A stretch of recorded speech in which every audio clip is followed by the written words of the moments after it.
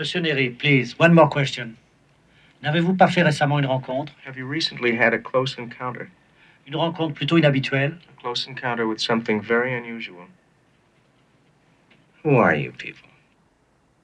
Monsieur Neri, s'il vous plaît, regardez bien les visages de ces gens, de ces hommes et de ces femmes.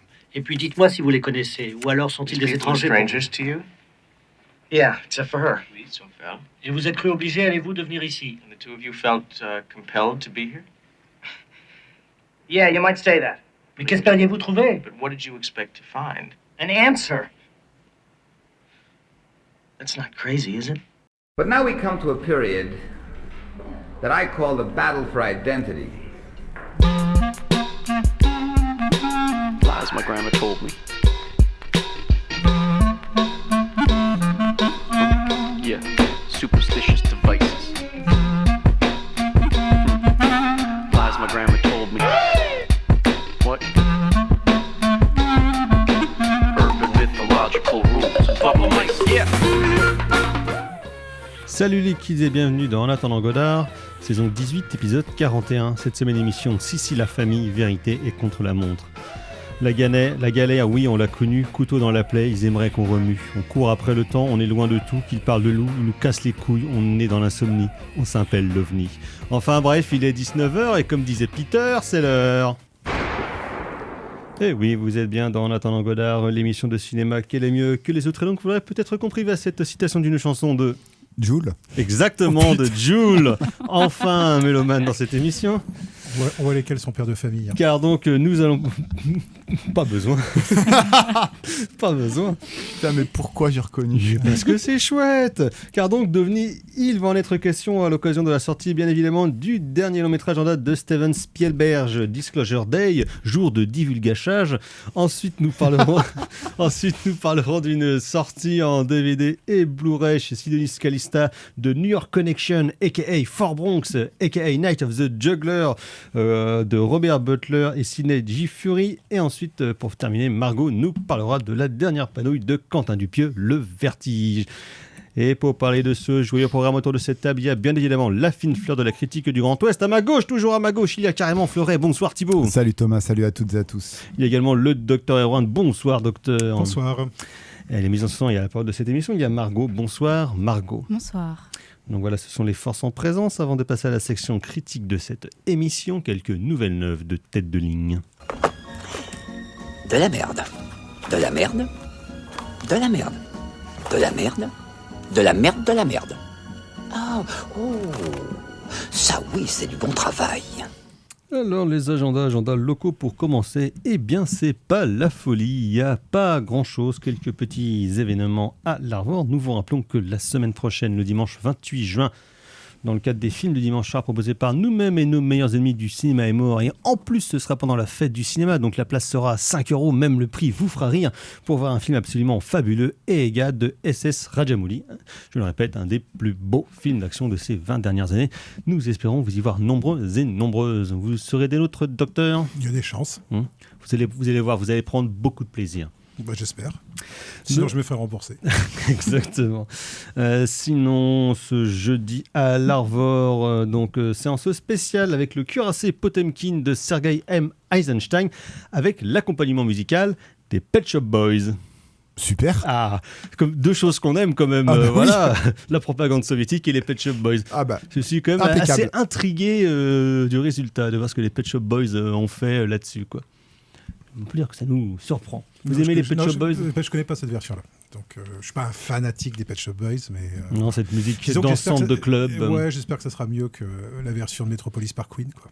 Ou par Giorgio Moroder. Non, Giorgio Moroder. Oui, par Moroder, mais avec Queen. Brian May dedans, je crois. Avec Freddie Mercury qui chante. Frédéric Mercury chante. Ouais. J'ai jamais vu, je crois, la version Moroder remontée par Coppola. Qui a été la seule version visible jusqu'à la découverte du film au début des années 2000. Ouais, c'est exactement. Et c'est super, en fait. N'écoutez pas le doc, c'est vraiment une version incroyable. La musique ou le montage? Tout. Ah si. Moroder quand même, Scarface. Super. À revoir, à réécouter, Erwan, dans votre panthéon personnel. Et autrement... L'avantage, c'est qu'il fait 50% de moins que la durée normale du film. C'est vrai. Ouais, sauf que ça fait cette version-là, c'est je crois 1h35. Ouais, c'est ça. Ça sert à rien de faire trop long. Et autrement, toujours à l'Arvor, ce dimanche, dans le cadre de la Fête des Pères, vous pourrez revoir Shining de Stanley Kubrick. Voilà, effectivement, un beau film sur la paternité. La paternité, ouais. Exactement. Au niveau des sorties nationales, quelques petites choses la semaine prochaine. La nouvelle sensation du cinéma d'horreur, un mois après Obsession, autre film d'horreur qui cartonne. Donc là, c'est Backrooms. Ah oui. Oui.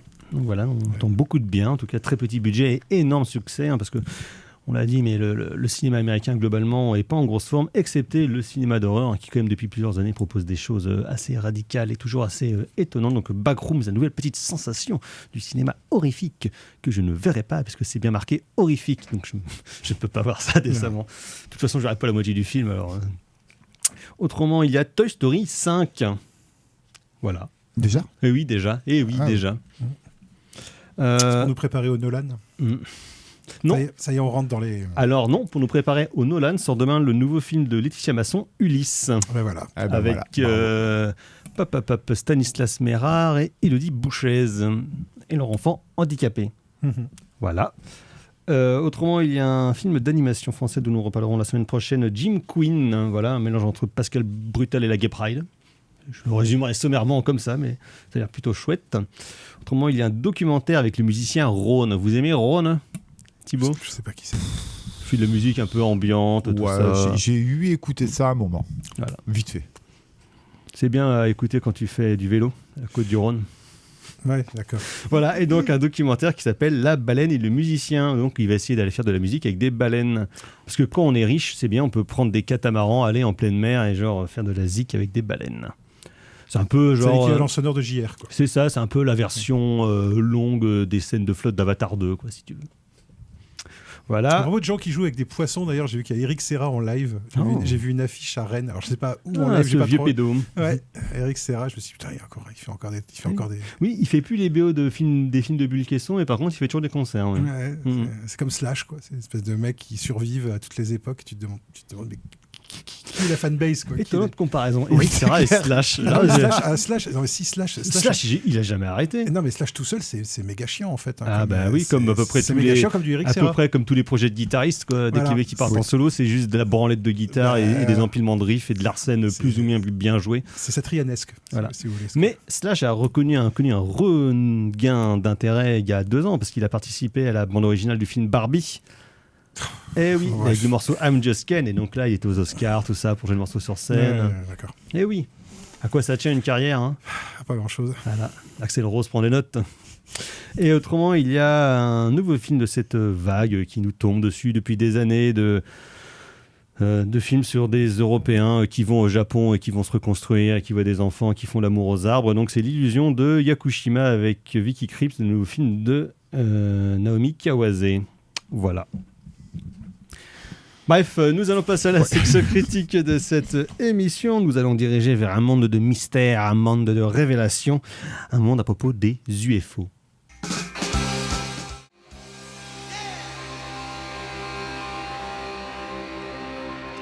Vous êtes toujours dans En attendant Godard sur Syllab, et donc c'était Husker Du avec Booksbot UFOs, car UFOs, d'objets volants non identifiés, des ovnis comme on le dit. Donc il va en être question dès à présent à l'occasion de la sortie dans les salles la semaine dernière du dernier film en date de Steven Spielberg, dont on n'avait pas eu de nouvelles au cinéma depuis 4 ans avec la sortie de The Fabelmans en 2022. Et donc Spielberg revient à un de ses amours chéris, qui est à la fois le film de science-fiction, en tout cas ici plutôt de fiction spéculative, et le film qui parle des aliens, des petits hommes verts avec des gros yeux, les créatures de Roswell et compagnie. Parce que donc c'est quelque chose sur lequel il est revenu de manière ponctuelle dans sa filmographie. Il a fait 3 films vraiment centrés sur la question des aliens. Rencontre du troisième type, bien évidemment, dont on a entendu un extrait en pré-générique. E.T. l'extraterrestre, et en 82 et en 2005, donc La Guerre des Mondes, qui était son dernier film, a vraiment traité la question d'une invasion alien. On sait que... On peut rajouter Indiana Jones 4, quand même. Sinon, c'est plus des êtres extradimensionnels. enfin, ils ont un peu des têtes. Alors certes, mais c'est présenté comme Peut-être des, de tigris, êtres, quand même. comme des êtres extradimensionnels. C'est la même différence entre les zombies et puis les infectés. Tu vois, Ouais. Oui, d'accord. Notion. Non, autant pour moi. Et donc on sait, Spielberg depuis des années, il en parle assez régulièrement, c'est un ufologue, un convaincu, quelqu'un qui a longtemps creusé sur le sujet, tourné autour, se renseigner, tout ça, machin, comme on dit dans JFK, il a fait ses propres recherches. Et donc là, l'ambition du truc, en fait, c'était un peu de genre balancer toute la somme de ses investigations, de son savoir, de faire à la fois un genre de thriller politique, un film de machination, un film de course-poursuite, tout ça, tout en mêlant, bien évidemment, comme chez Spielberg. Et comme il est l'âge pour faire ce genre de choses, mêler toutes les différentes thématiques, évidemment, qu'il a pu aborder au cours de sa famille, évidemment, la question de la cellule familiale. Et donc, c'est un scénario, en tout cas, dont il a écrit l'histoire. En fait, il avait plein de notes et compagnie qu'il a balancé à David Koepp, qui ferait bien de temps en temps de prendre du repos au lieu de continuer à écrire un peu n'importe quoi à la va comme je te pousse. Et donc, qui s'est occupé de charpenter tout ça pour essayer d'en tirer un film a priori normalement cohérent, sauf que malheureusement, je trouve que le résultat à l'écran ne l'est pas justement cohérent. On ne remet pas en doute évidemment la bonne volonté du camarade Steven, mais force est de constater qu'en tout cas la douche, si elle est froide, elle est en tout cas glacée, ce qui par les températures caniculaires qui nous accablent pourrait être de bonne loi, mais malheureusement ce n'est pas le cas. Je trouve que le film pêche par plein de côtés, à la fois on va dire qu'il y a une ambition louable mais qui ne se retrouve pas à l'écran, et surtout la volonté, comme souvent chez Spielberg, en tout cas de contrer le discours sarcastique ou cynique de l'époque, où la question justement de la croyance est évidemment toujours remise sur le tapis, et ici de manière pas toujours très finale, entre la croyance entre les êtres venus d'une autre planète, mais aussi la question de la foi, donc ici en l'occurrence la religion catholique, évidemment tout ça est mis en balance, et cette volonté justement de contrer le cynisme et le défaitisme de l'époque, je trouve qu'il ne l'embrasse que trop peu. Je trouve que toutes les pistes qu'il amorce en fait tombent à plat. Il y a tout un arrière-plan autour d'une troisième guerre mondiale qui rôde et qui évidemment dans notre époque, dans notre temps et dans notre réalité concrète, pointe aussi à notre porte par bien des manières. Mais tout ça, finalement, ça reste un petit peu un arrière-plan, un petit peu comme dans Abyss de James Cameron, où il y avait le spectre d'une troisième guerre mondiale et de l'atome qui planait sur le film. Là aussi, c'est un peu de ça, sauf que c'est jamais vraiment traité, et qu'il y a aussi quelque chose dont on avait déjà parlé au moment de la sortie de Ready Player One, et moi qui m'a encore marqué à ce niveau-là, c'est que Spielberg, il est plus tout jeune, mais en voyant Ready Player One, c'est la première fois que je me suis dit putain, c'est le film d'un has-been, et c'est un film presque ringard. Et dans une moindre mesure, moins que le Ready Player One, qui reste pour moi une incommensurable et impitable merde, qui a été extrêmement douloureuse à voir. Là, il y a, je trouve, aussi ce côté un peu, on va dire boomer, ou en tout cas vieux con, qui veut faire un film, qui veut montrer un petit peu comment on raconte des histoires, sauf qu'il se prend en fait le pied dans sa narration, et que finalement tout ce qu'il aborde, il ne le traite vraiment jamais, d'autant que c'est accompagné de personnages que je trouve extrêmement faibles, qui sont plus ou moins bien incarnés. Colin Firth, évidemment, joue comme une patate, mais ça, c'est comme d'habitude, où il fait resplendir une fois de plus son absence de charisme absolument incommensurable, même s'il y a le toujours excellent Josh O'Connor qui jouait dans le dernier Kelly Reichardt, The Mastermind, dont on avait parlé en début d'année, et qui est toujours un excellent acteur qui est en train de se bâtir une très très belle filmographie. Il y a Emily Blunt, qui est une actrice que on aime plutôt bien, mais qui est atteinte du malheur et de la malédiction actrice hollywoodienne de plus de 40 ans.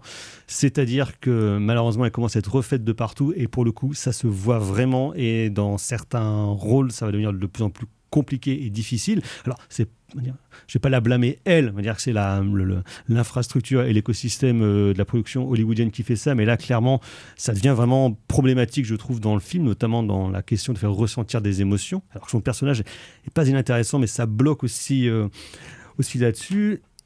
Et pour finir, avant de te laisser la parole, docteur, je trouve aussi que formellement le film est quand même un peu bateau. C'est toujours Janusz Kaminski à la photo, je suis vraiment pas fan de ce qu'il fait c'est un film sur deux quasiment, Kaminski et son travail photographique. Là, vraiment, tu as l'impression qu'il fout les potards à fond. Il y a plus de flair que dans toute la filmographie de J.J. Abrams. C'est-à-dire, au bout d'un moment, tu as envie de dire stop, quoi. Genre, j'aimerais bien genre, voir un truc à l'écran. Et globalement, tout le monde est un peu en sous-régime. Donc, Michael Kahn, qui aussi a 95 ans, là maintenant, a juste supervisé de loin le montage. Donc, c'est plus lui qui le fait non plus, ce qui est normal.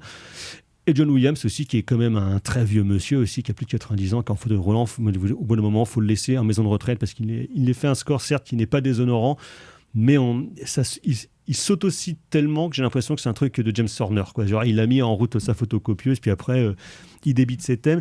Et Spielberg fait un peu la même chose, c'est-à-dire qu'il s'autocite constamment, tout dépend de sa filmographie, évidemment ses films de SF, ses films d'aventure, ses films de poursuite, même la liste de Schindler et compagnie. Et finalement, à part l'autocitation et presque l'autosatisfaction que Spielberg pourrait avoir à faire ce film-là, moi je ne ressens jamais le plaisir ou la science qu'il a pu avoir à le faire. Alors, en tout cas, en termes de box-office, pour l'instant, c'est un de ses meilleurs démarrages depuis des années, puisque tous ses derniers films, notamment West Side Story, The Fabelmans, avaient été des bides, et celui-là, en l'occurrence, démarre extrêmement bien, mais non, sa déconnexion avec le monde réel et avec le cinéma de son temps, je trouve que Spielberg commence à être de plus en plus se déconnecter, et voire, j'y verrais presque une forme de renoncement quant à s'attacher aux problématiques de l'époque. Docteur. Ouais, bah moi je suis pas trop d'accord.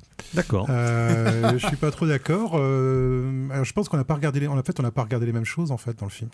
C'est-à-dire que moi, par exemple, les trucs d'Emily Blunt, alors ça m'est passé complètement au-dessus de la tête. Ah ouais. Ah ouais, complètement. Alors mais vraiment complètement.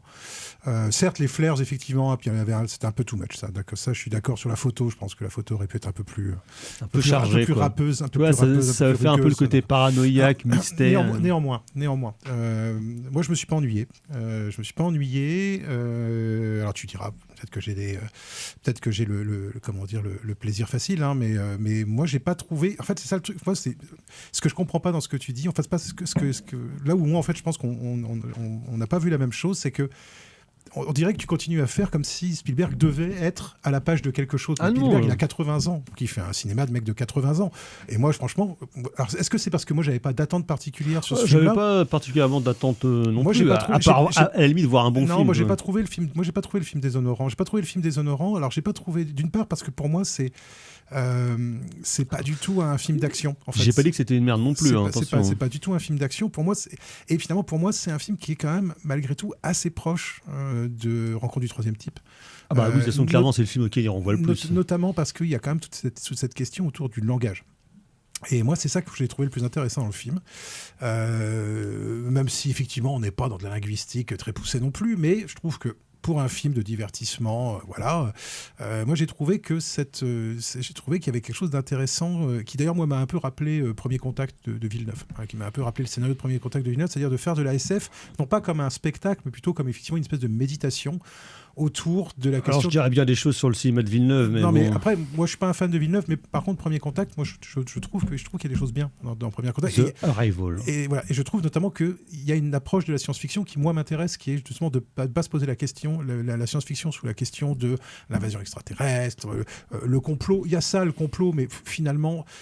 Enfin, pour moi, c'est pas ce qui l'intéresse vraiment en fait. Spielberg. Ça prend comme une grosse place ça prend de la place, dans toute la mise en place.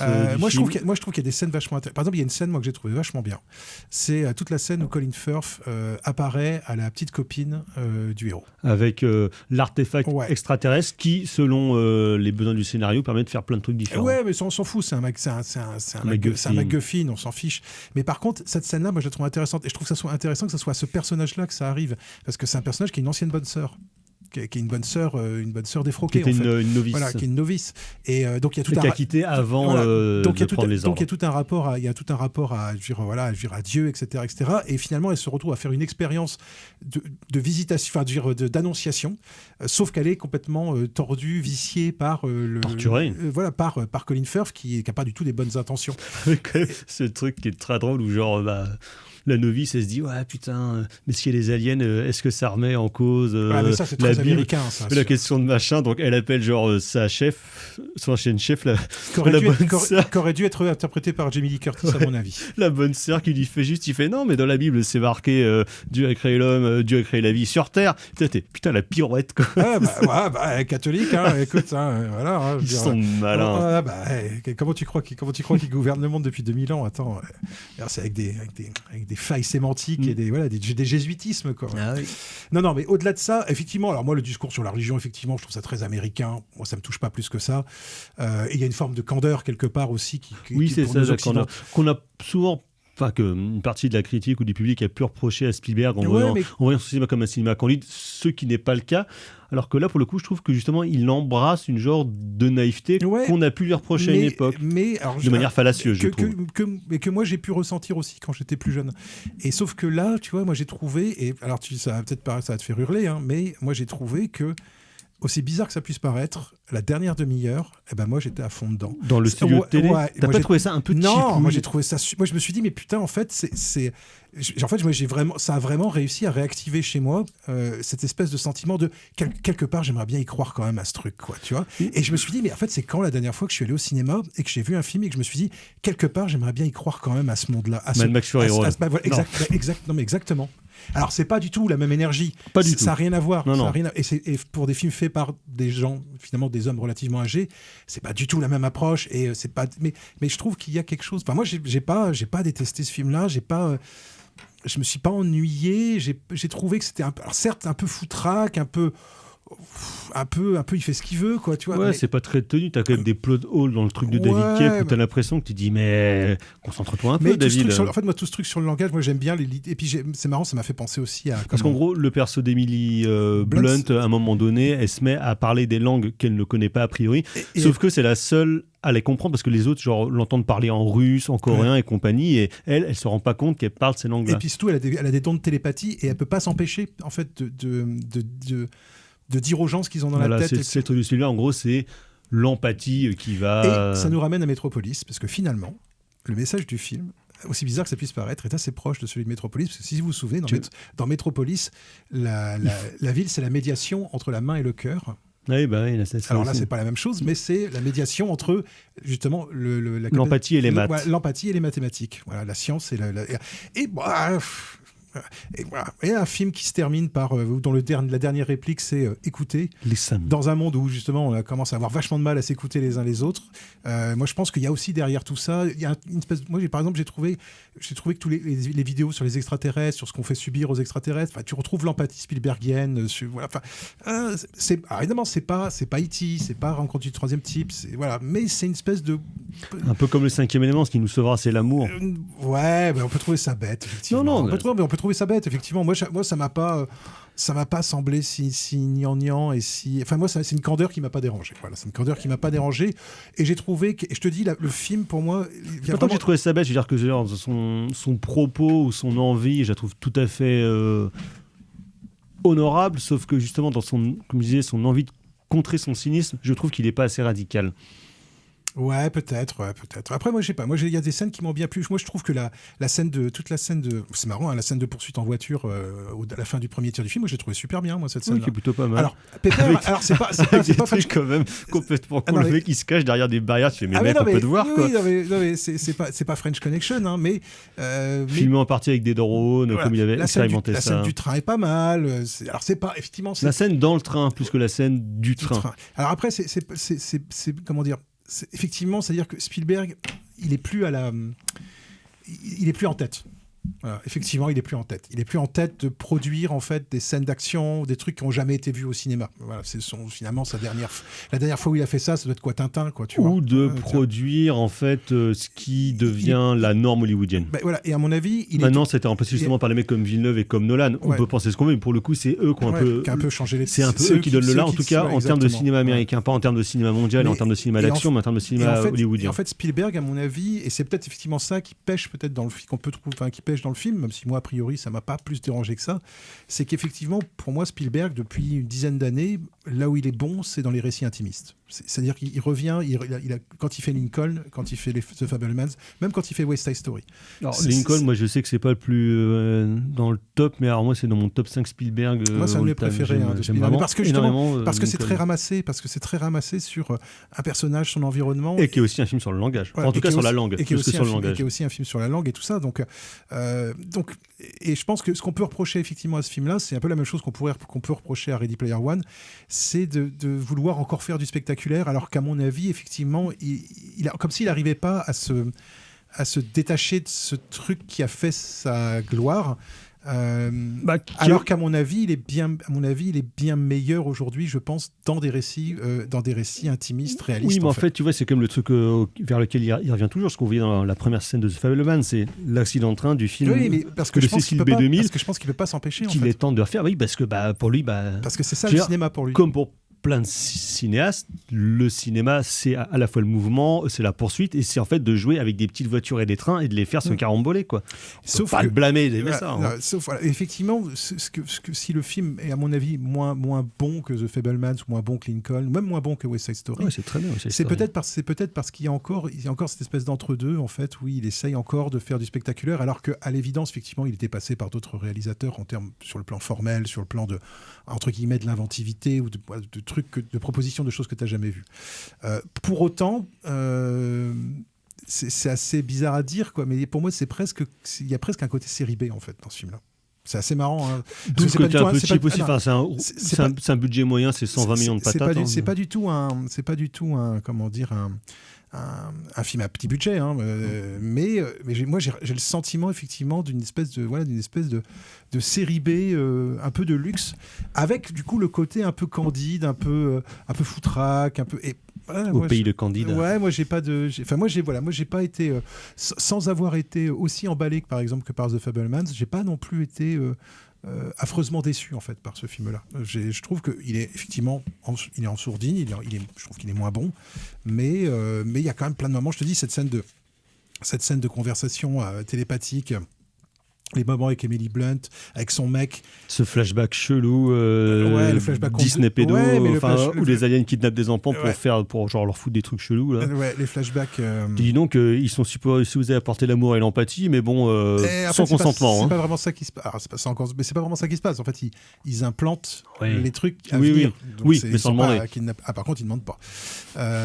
Non, et je trouve que l'apparition du vieil E.T. à la fin, moi, j'ai presque comme si justement il y avait une espèce, comme si c'était comme si c'était le personnage d'E.T. C'est peut-être John Williams qu'ils ont maquillé, qu'ils ont sorti. Non, moi j'ai trouvé. Je sais pas quoi. Je sais pas. Moi j'ai pas. Ça vous a enchanté. Je sais, non, disons que la dernière demi-heure, moi, m'a bien plu, et le reste du film m'a au minimum intéressé. Au minimum. Et à certains moments, je te dis, la poursuite en voiture, le dialogue avec la copine, le fait que cette espèce de manière de rentrer dans la tête des gens fait que les personnages sont toujours en danger, toujours en danger de manière perpétuelle. Et j'ai presque aimé aussi la manière dont Colin Firth, à la fin, laisse tout tomber comme une vieille merde. Oui, c'est ça, genre... où il fait oh, j'en ai marre. Où il en a marre d'être le méchant. En fait, il en a marre d'être le méchant. En fait, les méchants sont genre, il est pourchasse pendant tout le film, puis à la fin, c'est nique sa mère, en fait, on a perdu, et il se barre. Non, il s'assoit sur une chaise, il regarde ce qui se passe. Les autres méchants se barrent, et puis quand il est là, il regarde, il fait foutu pour foutu, en avant Guingamp, quoi. Exactement. Et je me suis dit, pourquoi pas. Allez, pourquoi pas. C'est fastoche comme fin de truc. Mais bon, un genre de faux Deus Ex Machina. Est-ce qu'il y avait besoin de le punir spécifiquement? Enfin, tu vois, non, en fait. Si Colin Firth mérite. C'est juste un mec qui était persuadé de bosser pour la raison d'être. Ouais, voilà, depuis de réagir d'une bonne façon, qui n'a pas confiance dans les êtres humains. Qui n'a pas confiance dans la capacité des êtres humains à encaisser le fait que des extraterrestres puissent exister. Mais pour un mec comme moi qui ne suis pas du tout ufologue et qui vraiment croit pas du tout à ces trucs-là, quand même. Je dois avouer que la dernière demi-heure, je me suis dit Spielberg, tu sais bien faire les scènes où tout le monde regarde les écrans et les gens disent oh mon Dieu, mais qu'est-ce qui se passe? Caramba, je me suis encore fait avoir. Moi j'ai bien aimé quand même. J'ai bien aimé quand même ce film. Merci docteur. Donc Disclosure Day, jour de divulgachage de Steven Spielberg, toujours dans les salles. On va rester aux États-Unis d'Amérique, mais aller vers toute autre chose. Continuer vers la course-poursuite, la violence, et avec le Bronx qui continue de garder l'esprit. En attendant Godard sur Syllab, et donc c'était Fat Joe avec Bronx Keep Creating It, car du Bronx il en est question bien évidemment dans le film co-réalisé par Robert Butler et officieusement par Sidney J. Furie, New York Connection, aka Fort Bronx, le titre alternatif français. Ça se passe pas du tout dans le Bronx en plus. Pas du tout. Non. Plus connu aussi sous son nom original, Night of the Juggler, titre aberrant, donc la nuit du jongleur. On se demande où est le jonglage là-dedans. Il en parle dans un dialogue. Ouais, vaguement. Enfin, faut quand même suivre que le gars. Je pense que c'est juste parce que le mot est cool. Mais voilà. The Juggler. Night of the Juggler. The Juggler. Donc, comme je le disais, officiellement réalisé par Robert Butler et en fait dont le film a été commencé par un staccanoviste de la petite production et de la série B américaine Sidney J. Furie, mais un réalisateur qui n'est pas sans talent et qui n'est pas inintéressant. Inégal, mais quand il est bon, hein, c'est Exactement. Et donc dans ce film qui met en vedette James Brolin, qui est incroyable, exactement la même gueule que son fils au même âge, hein, donc Josh Brolin, cette même tête carrée d'américain, et qui donc qui jouait dans Amityville, qui joue donc un brave papa divorcé qui s'occupe de sa fille, puis un jour il amène sa fille à l'école et sa fille, paf, elle se fait enlever par un genre de taré qui en fait se gourde de fille et demande une rançon, persuadé qu'il a kidnappé la fille d'un millionnaire. Sauf que pas du tout. Pas du tout, donc ça part en bordel. Et donc James Brolin, qu'est-ce qu'il va faire? Il ne va écouter que son courage et parcourir la ville en voiture, à pied et tous les moyens de transport qui sont à sa disposition pour retrouver ce sale petit Margouin. Il faut préciser que c'est un ancien flic qui a dénoncé la corruption de ses collègues. Et donc son collègue Dan Hedaya est pas content. Et quand Dan Hedaya pas content, Dan Hedaya avoir des cheveux et sortir le shotgun. Exactement. Ce qui nous fait toujours plaisir. Donc film dont la radicalité fait quand même plaisir, notamment dans la manière là pour le coup c'est de la série B, hein. de filmer New York et de filmer les quartiers, où en fait donc le film date de 84 et en fait attends, moi j'ai vu 79 à la fin du générique. Ah peut-être. Attends, mais qu'est-ce que je raconte moi? Vous vérifierez Non, 84 parce qu'on parlait de Blood Ah oui, c'est Simple. pour ça, oui, c'est pour ça. Voilà, ça y est, Oui. faut pas lui donner trop de dates en même temps, parce que sinon il mélange tout. Donc en fait, film qui pourrait plus ou moins s'inscrire, même si c'est assez lointain, dans cette vague du cinéma new-yorkais de la fin des années 70, début des années 80, qu'on appelait le cinéma no wave, un peu inspiré en tout cas par la musique punk de la ville, Ramones, Blondie et compagnie, où il y a une certaine frange de nouveaux cinéastes qui sont apparus comme Amos Poe et Abel Ferrara, bien évidemment, où en fait il y avait cette volonté de s'ancrer dans un quotidien beaucoup plus réaliste, beaucoup plus violent, beaucoup plus sale, parce qu'on sait que le New York de l'époque c'était quand même c'est pas le New York costaud. de Giuliani. Exactement, Oui. c'est ça, c'était avant le New York de Giuliani. C'est le New York en faillite, c'est le New York de 79. C'est le New York de Adam Curtis dans Hypernormalisation. Ouais. Et je me demande dans la si série de 12 de Pelicano, c'est 79, je me demande si c'est pas le New York de The Son of Sam. Et du grand blackout de l'été, je crois que c'est l'été 79. Et donc l'époque où New York, c'était comme on dit le top du hip-hop, le New York c'est 79, en faillite. c'est aussi l'année du premier titre de hip-hop avec le Sugar Hill Gang, avec Rapper's Delight. Donc, exactement. 79, c'est une grosse année pour New York. Eh oui, comme quoi, malgré la ville en faillite, il s'en passait des choses. Et donc Thibaut, qu'est-ce que vous avez pensé de cette course-poursuite dans les rues de New York? Oui, alors en effet, c'est un film qui est plutôt impressionnant en fait, parce que derrière en fait la série B, on retrouve deux types de films. Il y a premièrement le film de poursuite, New York Connection, le titre français. Oula, il y a ma chaise qui vient de lâcher. Sa chaise vient de casser. Continuez Thibaut, continuez. Donc comme le titre français l'indique, ça fait référence bien entendu à French Connection de William Friedkin. Donc bien entendu ça fait référence à la course-poursuite. Et il est vrai que le film ne s'arrête pas en fait pendant 1h40. C'est 1h40 de poursuite, tu l'as dit, dans Central Park, dans le métro, dans les égouts, à pied, en bagnole, en veux-tu, en voilà. D'ailleurs, ça m'étonnerait qu'un certain John McTiernan n'ait pas vu ce film-là pour Die Hard 3. Et derrière cette course-poursuite, il y a un héros. Alors, j'y reviendrai un petit peu plus tard parce qu'il y a en même temps une inversion des valeurs qui est un procédé un petit peu horrifique et en même temps une plongée dans le craspec, dans le New York absolument craspec. Mais ce héros est tellement seul contre tous que finalement il va directement engager une empathie envers le spectateur, ce qui fait qu'on va vouloir qu'il arrive à récupérer sa fille coûte que coûte et quels que soient les moyens utilisés. Gaming qui n'est pas trop insupportable, d'ailleurs, c'est à noter. Non, justement, en plus qui est dans un apprentissage de la maturité. En fait, elle est en train de passer de l'âge enfant à l'adolescence, quoi. à l'âge adulte. Et il est vrai qu'elle a des lignes de dialogue tout à fait sympathiques et qu'elle a un charisme et qu'elle a en fait une réelle présence à l'écran. Et à côté de ça, il y a tout ce qui se passe derrière cette course-poursuite. Et alors, ça va pas être un film à grand message, bien entendu, mais c'est par une ligne de dialogue, par une situation narrative qui peut être vite expulsée, mais qui a le mérite d'exister. On va se rendre compte, en fait, que les États-Unis et New York, plus précisément, est absolument pourri jusqu'à la moelle. C'est-à-dire, il y a plusieurs choses. Il y a comme tu l'as dit tout à l'heure, le héros a balancé ses copains flics parce qu'il y avait un exercice de la corruption au sein de la police. Un peu comme Lorenzo Lamas dans Le Rebelle, quoi. Exactement. Sauf que Ou le prince de New York, hein, qui Oui, sort deux ans j'ai plus tard, moi, j'ai pensé au Prince de New York, qui sort 2 clairement. ans plus tard. Parce qu'on est entre Serpico et le prince de New York. J'ai clairement pensé au Prince de New York en regardant le film. Mais au-delà du corps policier, il y a bien évidemment toute la question du service public qui est littéralement à la ramasse, et notamment les hôpitaux, dans cette très belle scène d'hôpitaux où en fait les infirmiers et les infirmières et les médecins ne savent plus comment régler toute la merde qui s'accumule dans leurs établissements. Donc il y a cette question du service public, et il y a l'inversion des valeurs, c'est-à-dire qu'il y a le truand finalement qui se plante littéralement de cible, et surtout c'est que c'est un ancien flic et c'est le héros qui se fait poursuivre par ses propres anciens camarades, par ses propres flics. Parce qu'il a les habitudes de mettre des patates aux flics, hein, quand même. Oui, mais bon. Ce qui est toujours une bonne chose. Je trouve que ça, c'est une super bonne idée d'avoir fait en sorte que c'est un ancien flic et que quand il y a un flic qui lui barre le chemin, il lui met un coup dans un coup de... Parce qu'en fait, pour lui, c'est pas des gens, c'est pas comme pour le commun des mortels, c'est pas des gens respectables. où l'uniforme crée une distance qui fait que t'as l'autorité, t'as l'incarnation de l'autorité. Lui, il en a fait partie. Et surtout, il sait qu'ils sont pourris.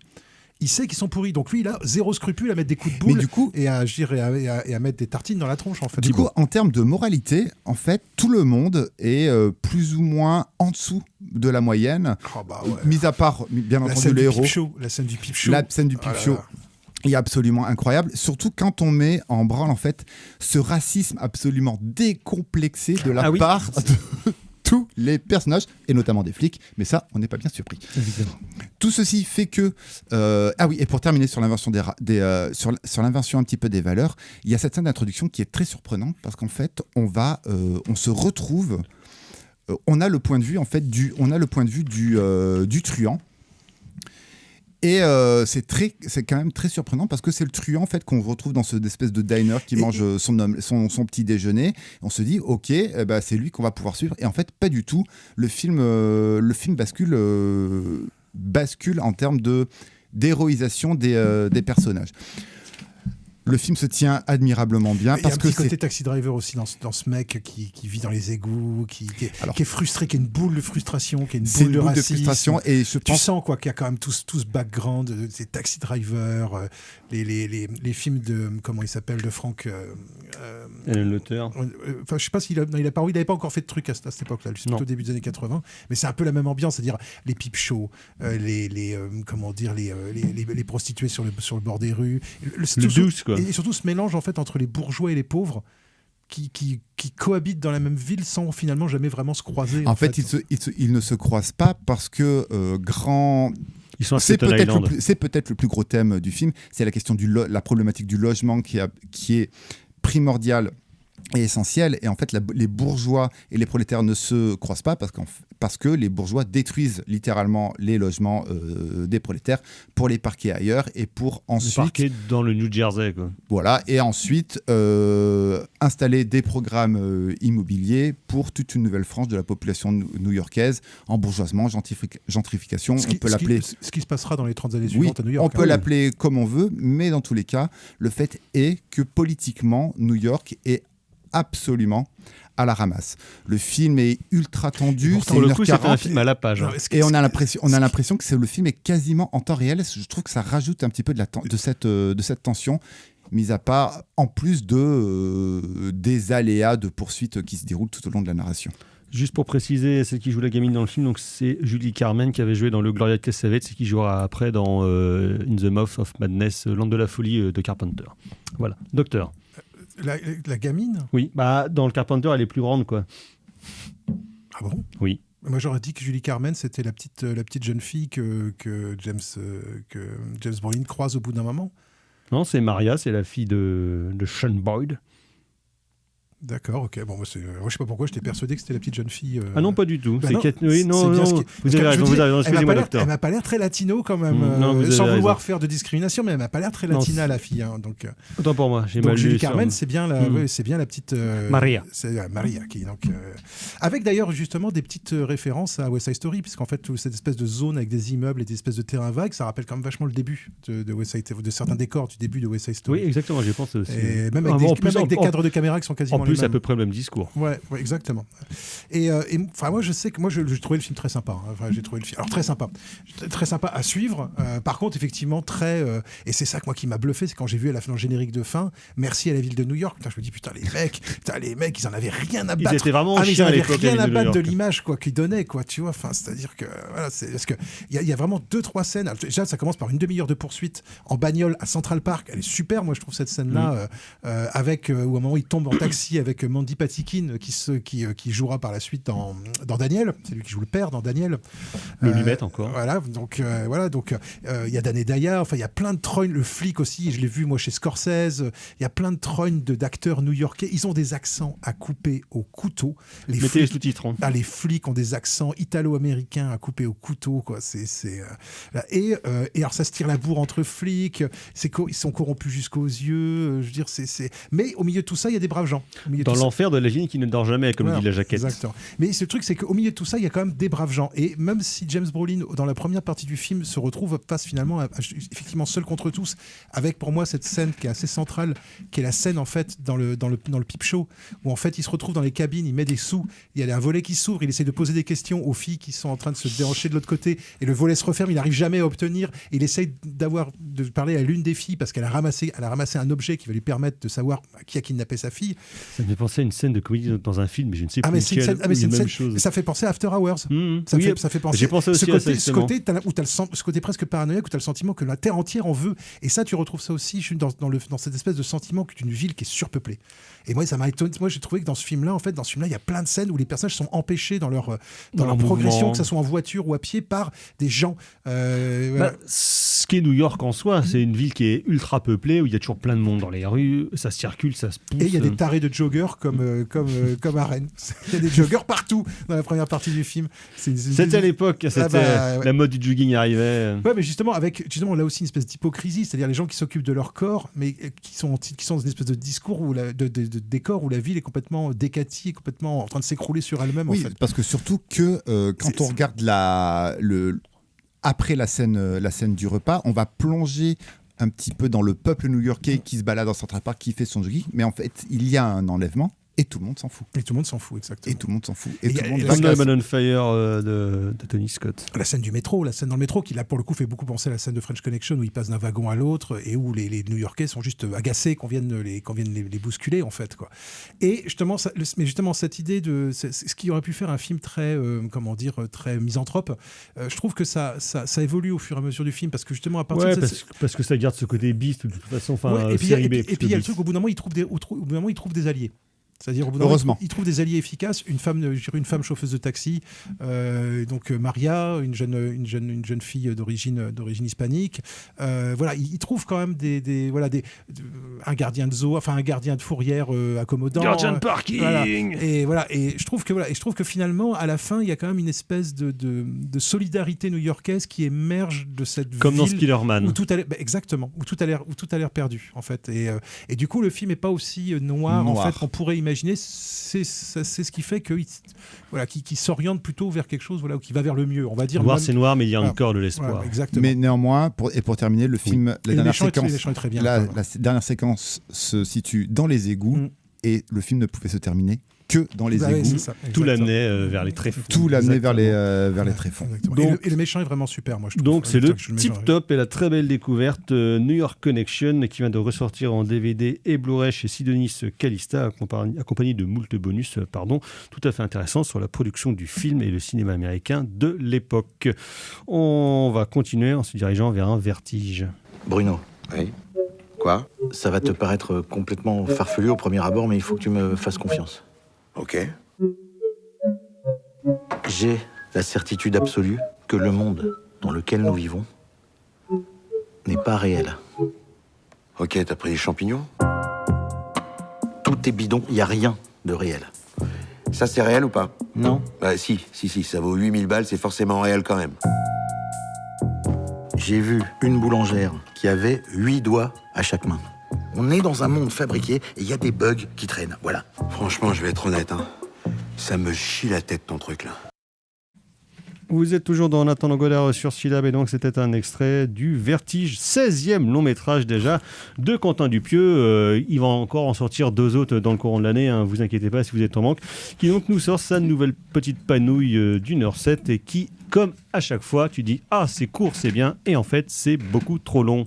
Margot. Alors, c'est à la fois trop long et trop court. Enfin, je sais pas comment il fait parce que il y a des... Tu dis que c'est lourd? Alors, c'est à la fois long et court. c'est pas si lourd que ça va. Alors, globalement, je suis assez déçue. Je me suis fait vraiment par la bande-annonce parce que quand j'ai vu la bande-annonce, je me suis dit ah chouette, ça a l'air bien farfelu, ça a l'air d'aller dans tous les sens. Donc c'est un film dans un monde virtuel avec oui, genre animatique de 3D, PS1 quoi. Et surtout la 3D est laide au possible, donc je me suis dit bah ça va être plein de 36e degré.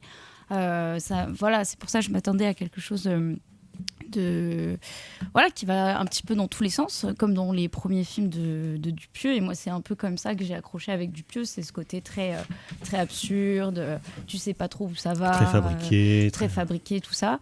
Et en fait, c'est assez plat, il y a des moments où c'est assez lent. Parfois, la lenteur, elle est intéressante parce que ça va avec le propos du film où ils pensent qu'ils sont dans une sorte de réalité alternative et en fait ils pensent qu'il y a des bugs dans cette réalité. Et donc parfois la lenteur du film elle est un peu en décalage avec les scènes qui se passent. Il y a quelque chose d'un peu pesant, qui est un peu lourd. Il y a une ambiance qui est assez chouette, en fait, finalement. Oui, qui souvent sert plutôt en ressort comique, quand il y a des scènes qui sont étirées, où a priori il ne se passe pas grand-chose, qui contraste avec un rythme qui serait plus rapide ou plus frénétique. Quoi. On est complètement là-dedans. Il y a quelque chose qui est assez drôle, où en fait, il marche dans la rue, et la rue, elle est en pente. Et en fait, c'est trop bizarre, parce que ce qui défile à côté, dans le décor, n'est pas du tout en pente. Donc on est là, mais ça n'a aucun sens ce qui est en train de se passer à l'écran. Donc moi, j'aime bien ce genre de petites choses dans ce film-là, et puis même dans le cinéma de Quentin Dupieux de manière générale. Sauf que là, on est vraiment dans ce truc où, encore une fois, c'est les mêmes défauts que la plupart de ses derniers films. C'est qu'il ne va pas au bout de ses propos, il ne va pas au bout de son film, il ne va pas au bout de sa démarche artistique, même de manière générale. D'un truc où il pourrait aller plus loin, où il pourrait creuser plus, où ça pourrait vraiment être encore plus surprenant, quitte à ce que ça plaise à moins de gens, quitte à ce que ça divise encore plus. Que ce soit plus radical, quoi. Que ce soit plus radical, tout à fait. Et en fait, on est dans un entre-deux qui est un peu étrange, où ça pourrait plaire à certaines personnes et en même temps pas tellement, surtout si on n'est pas habitué au cinéma de Quentin Dupieux. Je pense qu'on peut un peu être dérouté par ça. Mais quand, à l'inverse, on a vu... Honnêtement, j'en ai vu pas mal. J'en ai pas vu tant que ça, mais j'en ai vu quand même quelques-uns. En fait, c'est la même recette, quoi. En fait, il a son truc, il est un peu dans les mêmes systèmes narratifs, un peu systématiques. Et surtout, il se repose beaucoup, en fait, sur son star system et sur les gens qui viennent tourner pour lui pendant une semaine en étant moins cher que d'habitude parce qu'ils se sont dit que c'est cool de tourner avec Dupieux. Ils vont avoir quelques répliques rigolotes à faire. Et donc, il a toujours, pour le coup... Parmi les plus gros castings du cinéma français, mais c'est les mêmes acteurs qui reviennent. Là, il y a Jonathan Cohen qui avait déjà tourné dans son film sur Dali, Chabat qui a tourné plusieurs fois avec lui, notamment dans Réalité, Anis Desmoustiers aussi qui jouait dans Incroyable mais vrai. En tout cas, il a toujours un cheptel de comédiens qui sont là, qui sont des vedettes, qui viennent jouer pour lui. On se dit, là, c'est cool, c'est un peu la récré. Mais finalement, j'ai l'impression que dans son cinéma, ça dépasse jamais ce côté entre-soi de copains ou à faire un film pour rigoler ensemble pendant une semaine. Il y a cette chose-là, effectivement, qui est assez présente. Et en plus de ça, comme il y a des thématiques qui reviennent constamment dans le cinéma de Dupieux, le fait que ce soit avec les mêmes acteurs, c'est redondant. C'est redondant. Ça accentue ce côté redondant. Et donc, en fait, 1 heure, c'est à la fois long et rapide en même temps, dans le sens où il y a plein de choses qui auraient pu être exploitées davantage. Et on en voit un peu plus. Et on se dit, ça pourrait être un peu plus creusé, cette histoire. Et en fait, c'est long aussi, parce qu'au bout d'un moment, on s'ennuie. Enfin, vraiment... Ça rentre dans la sous-catégorie de films qu'on appelle à la temporalité molle. Oui. Voilà. C'est ça, tout à fait. Donc, globalement déçu. Donc le vertige Mais de attends, Quentin Dupieux qui n'a pas provoqué le vertige chez Margot. Juste une question. Oui. Il n'y a pas de jeu avec, genre, au bout d'un moment, ils deviennent réels. Non. Ça reste dans le... Ça reste dans ce style-là tout le long. Et c'est vrai que c'est aussi une option à laquelle je m'attendais d'un potentiel basculement. Mais en fait, non. Donc il faut aussi tenir les 1 heure de images pas propres et moches. Et, de voilà. graphiques polygonaux. Exactement. tout à fait. Merci Margot. On va passer au coup de cœur. C'est nul, nul, nul, nul. Aucun goût. No taste. Goût de chiotte. Les coups de cœur, alors carrément Fleuret, ce week-end vous êtes parti en bordée écouter de la musique. Oui, donc ça va être un groupe que j'ai découvert lors de l'excellent festival de musique Pipa la Pop, organisé par l'excellente association Les Pichicailles. C'était au Jardin Qui a fêté ses Moderne. 10 ans. C'était au Jardin Moderne ce week-end et j'ai eu l'occasion de découvrir Bound by Endogamy, duo suisse de musique électronique industrielle, punk. Ils sont pas hollandais, pardon. Non, ils sont suisses. Ils viennent de Genève. Ouais. Ah ouais. Avec des accents pareil. un petit peu de hip-hop, une présence scénique absolument démente, 1 heure de show où on transpirait littéralement pour la chanteuse. Vraiment une très très belle découverte. Merci Thibaut. Donc Margot, vous étiez aux mêmes Oui, festivités, tout à mais fait. là c'est un tout autre genre. Oui, donc rien à voir. J'ai vu récemment Eva de Joseph Losey. C'est un plutôt beau film esthétiquement parlant. Ça mélange. On sent que c'est vraiment quelqu'un qui s'intéresse au cinéma d'assez près. Il y a plein de choses qui se mélangent, à la fois quelque chose de très américain, de très européen aussi en même temps. C'est pas son meilleur, mais plutôt pas mal. Merci Margot. Docteur. Alors moi, ce sera une BD voilà, que j'avais lue il y a bien longtemps. Tous les arts sont présentés. Exactement, et que j'ai retrouvé voilà, à vil prix récemment. Voilà, c'est la BD Torso, voilà, qui est une BD qui raconte une histoire de meurtre dont l'enquêteur principal est Elliot Ness. Donc c'est une espèce d'histoire parallèle aux Incorruptibles. Torso qui n'a rien à voir avec le film de Sergio Martino. Non, rien à voir avec le film de Sergio Martino. Voilà, et donc film plutôt sympa et qui est très, enfin BD plutôt sympa plutôt. Graphic novel. Et qui est traité avec un côté très gravure sur bois. Voilà, avec beaucoup de contrastes noir et blanc qui en font une BD tout à fait intéressante à lire. Assez glauque, mais intéressante Torso néanmoins. de Brian Michael Bendis et Marc Andriecco. Merci. Alors moi sinon ce sera un film de 1976, Il pleut sur Santiago de Elvio Soto, donc le cinéaste chilien qui avait fui la dictature et qui donc justement raconte le coup d'État par Pinochet et les forces et la junte militaire et comment est-ce qu'ils ont destitué et assassiné Allende en 1975. Film qui a un peu un goût de genre sous Costa Gavras avec les mêmes scories et les mêmes qualités que dans le film de Costa Gavras et évidemment un super casting. C'était plutôt pas agréable mais en tout cas très chouette. Merci messieurs, merci Margot à la mise en son de cette émission. On se retrouve la semaine prochaine pour parler notamment de Zulu. Prochaine émission, prochaine édition. À ciao, bonsoir. Salut.